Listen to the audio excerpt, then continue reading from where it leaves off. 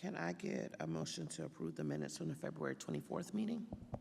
Make a motion to approve the minutes of the February 24, 2025 board meeting. Do I have a second? Second. All in favor? One question. I did not look at these until like right before we got here, but I'm wondering if the motion on the minutes, if you go to item 1, I moved to amend the agenda last time to add that security thing in executive session, and I just wanted to make sure that that was right. Okay.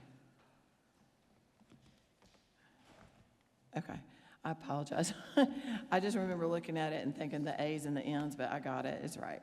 Okay. All right. All those in favor? All opposed? And the motion carries 6-0. That takes us to public participation.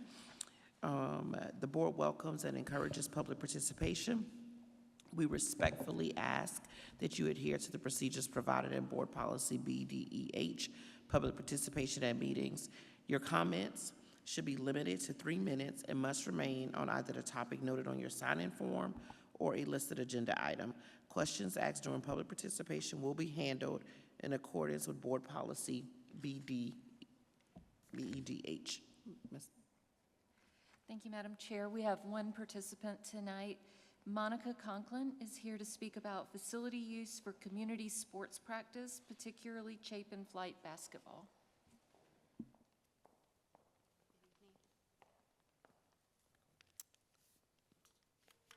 My name's Monica Conklin. I'm the mom of 2 kids in District 5 schools, specifically in the Chapin area.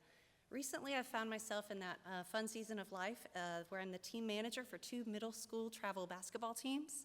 My husband would be here today, but he's on coaching duty, so I'm joined by Matt Longman. He is our girls' high school coach. It's a lot of fun, but it's come with our challenges, with our biggest challenge yet being finding available and affordable practice facilities in our community. Just to give you some background, Chapin Flight's nonprofit. We're a nonprofit youth travel organization. Travel basketball is a great opportunity for these kids to hone their skills, get tons of playing time, and then bring those skills back to their schools to play for their school team during the regular season. Our coaches are all volunteers who get 0 reimbursement for their coaching time. Just a few years ago, Flight was just 1 girls basketball team. This year, we're up to 6. We have a high school girls team, an 8th grade boys team, a 7th grade boys team, a 6th grade boys team, 8th grade girls, and 7th grade girls. We would like to add an elementary school boys team next year. Ideally, teams should have a 2-hour practice twice a week. Our boys teams were able to secure gym time at Crooked Creek Park, which is the only public facility in Chapin. Unfortunately, with only 2 courts, Crooked Creek was only able to accommodate 1 practice a week for the boys. They pay $40, and no practices for the girls. Our high school girls practice at a church gym in Irma, who graciously rented their gym out to us 2 days a week for $150 for the entire season. So that was amazing.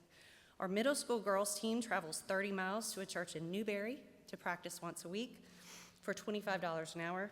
We have a 2nd weekly practice scheduled at CIS.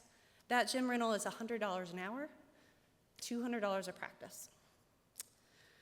In our district, use of an elementary school gym is $75 an hour. Intermediate or middle school gyms are $100 an hour, and it's $200 an hour to rent a high school gym, even for sports practice.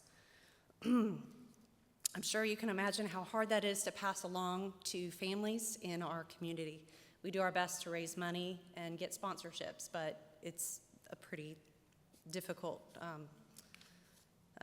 thing to surmount. Rates for the use of skilled gyms in our district are set by a rate sheet last approved by the board in 2019. At the time, I don't believe that there were any travel teams in Chapin needing practice facilities, so regular practice probably wasn't even a consideration at the time. We've talked to principals, we've talked to district employees, and they are all very kind and very helpful, but they are all unable to negotiate rates. So I know that a relationship between our district and community sports is achievable. I happen to have a sister and brother-in-law with kids in Lexington I schools, and Lexington has no less than 5 travel basketball and volleyball organizations, most with a team in every single grade level. Shoot. My niece's teams practice at Lexington High School and Beechwood Middle School. My nephew practices at Lakeside Middle School, all zero charge. We're growing rapidly, as are the needs of our kids. We have great gyms. We would like to come to some sort of way that we can work together to make those accessible to the families in our community that go to our schools. Thank you.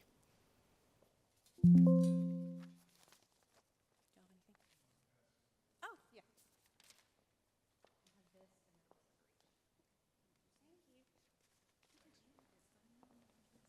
Thank